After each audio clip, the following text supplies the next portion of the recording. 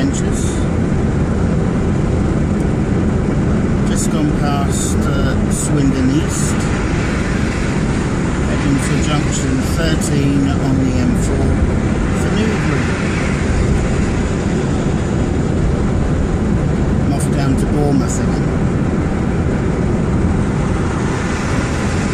Different way, different roads.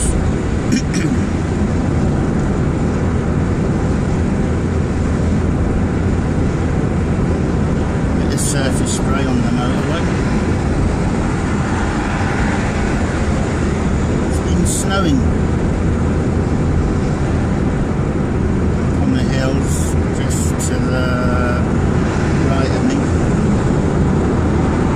Slight dusting. Probably had some over the South Downs and in the New Forest maybe. I think that's in an elevated position. We shall see.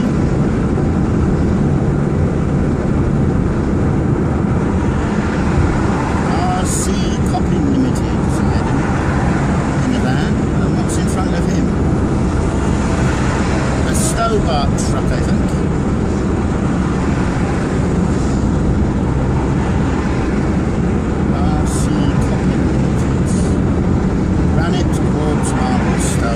Kitchen worktop experts.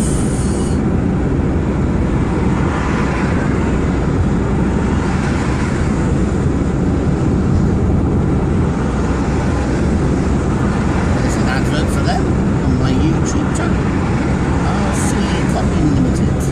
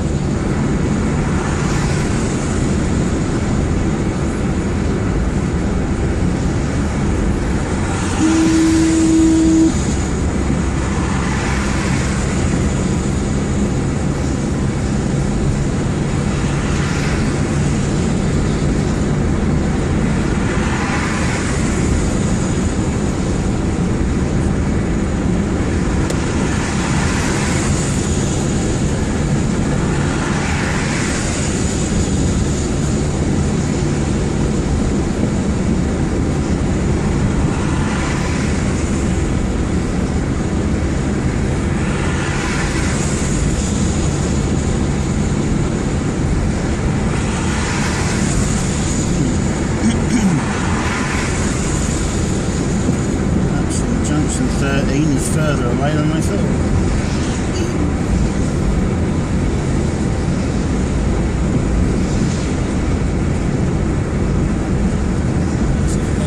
us know. Your number's on the way.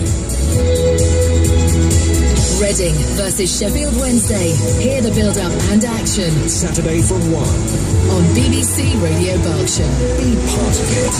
Yep, travel and snow updates, please. 03 459 311 333.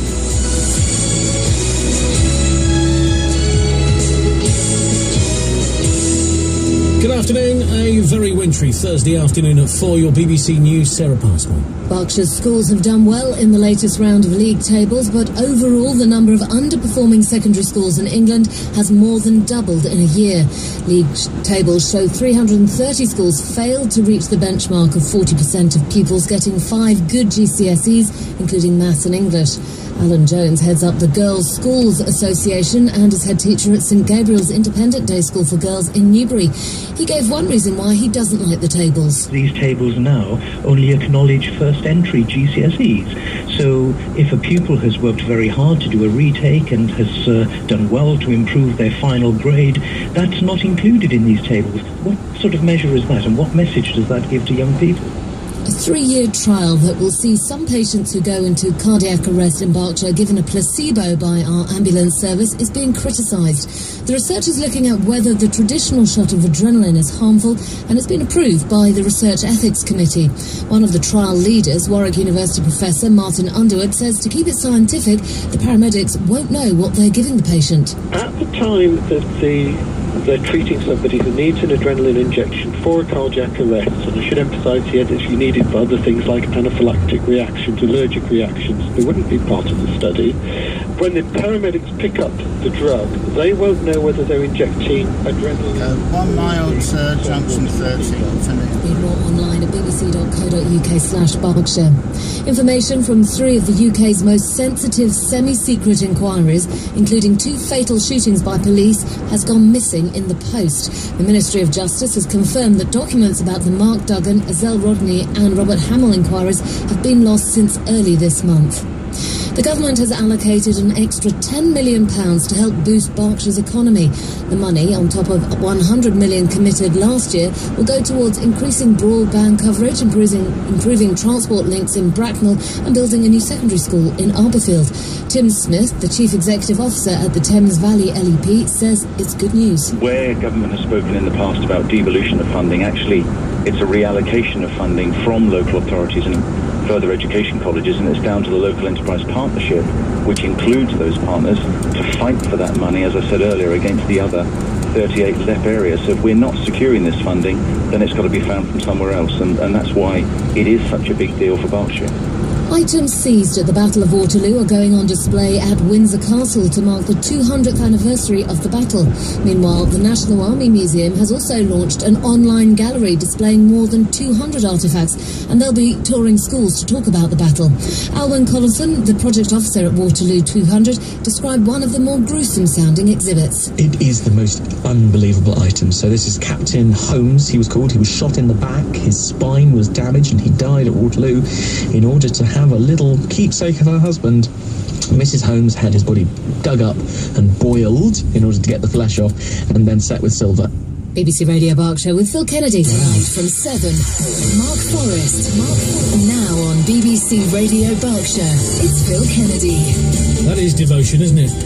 Latest on the roads. We've got some wintry weather around. We'll talk about that. So keep your updates coming. 03 459 311 333. M25 clockwise. Heathrow round to the M40. Slow traffic building around that western stretch. Anti-clockwise, it stains to the M3. It's rather heavy towards the M3 because of the roadworks there. The M4 London bound. That's looking quite slow between Slough, Windsor and the M25. Westbound though, Maidenhead up to Junction 10. The real problem is the weather. Very hazardous conditions. Josh was telling us it's like an ice rink, so watch out for that one. The A34 taking a hit. They said snow on higher ground, and of course there's the Chilterns in the way when it comes to the A34. So Milton, East Ilsley, slow in both directions due to the snow. Reading A33, slow in both directions around Rosekiln Lane and Island Road. Roadworks really slowing you down. Got some snow around Burfield Road in Reading. Mick, thank you. Julia says Aldermaston rather heavy over Aldermaston at the moment. And Winnersh, Reading Road, Cusey in both directions towards King Street Lane. Get your updates to me, 03 459 311 333. So what about your wintry weather then? Winter showers this evening. Hail, sleet, snow, the lot just a short while ago. It will become clearer as we go into the evening and tonight. And the real thing, first thing tomorrow, frost and ice. Do take it easy. Around zero. And tomorrow is a mix of sunshine and wintry showers.